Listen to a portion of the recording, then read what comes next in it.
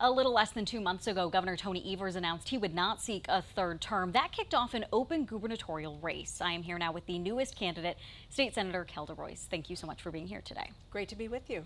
So you launched your campaign this morning. We'll start with the obvious question. Why do you want to be Wisconsin's governor?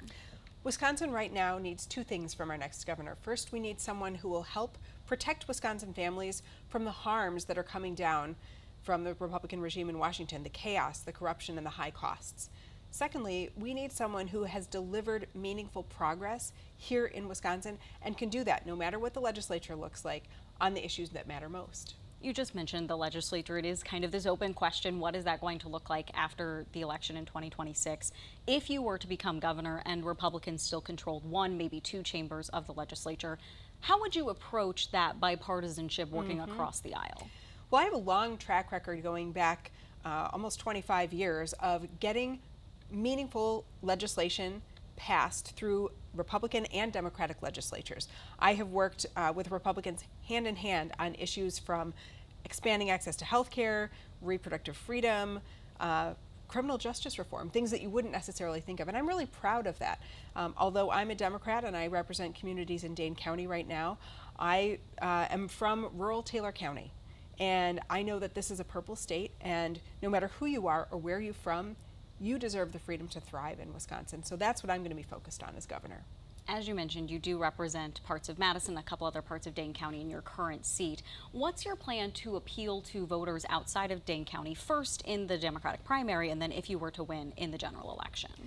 Well, I think the most important thing that anyone who wants to serve in office can do is show up and listen to people. And I have spent my career doing that, not only as a legislator who's been in the Senate and the Assembly for 10 years, but as a small business owner for 13 years, as an attorney who ran a statewide organization focused on expanding access to reproductive health care.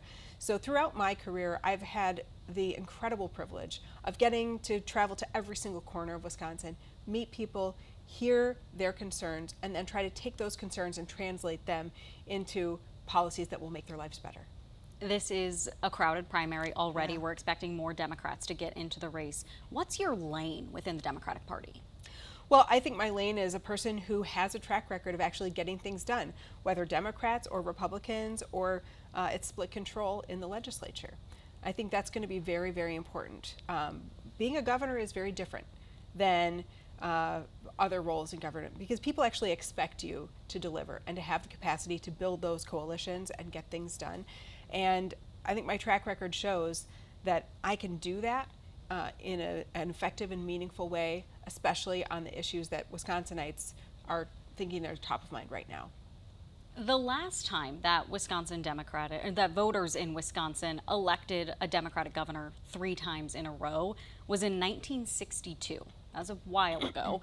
What do you think is different now that you think that's possible in 2026? Well, I think people are feeling really frustrated and powerless about some of the harms that we're seeing as a result of the federal budget cuts in Washington and the actions of President Trump and his allies. And I get that frustration. You know, Wisconsin voted for Donald Trump twice. And I think largely because people are really frustrated, and rightly so, at how expensive things are and about the fact that people are working harder than ever and they're struggling to make ends meet. The biggest ticket items, housing, childcare, healthcare, just keep going up and up. Now, President Trump promised to address those issues, but he's done exactly the opposite.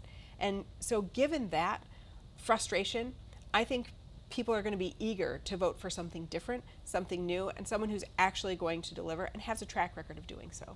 This is not your first time running for governor. You ran in 2018. You got just under 13% of the vote in that Democratic primary. What do you think is different this time around? Well, in 2018, Governor Evers had a huge head start in terms of name ID and popularity, rightly so, having been elected 3 times statewide as our state superintendent of public instruction. I, on the other hand, had been in the state assembly for 2 years, but I had been completely out of politics for 6 years.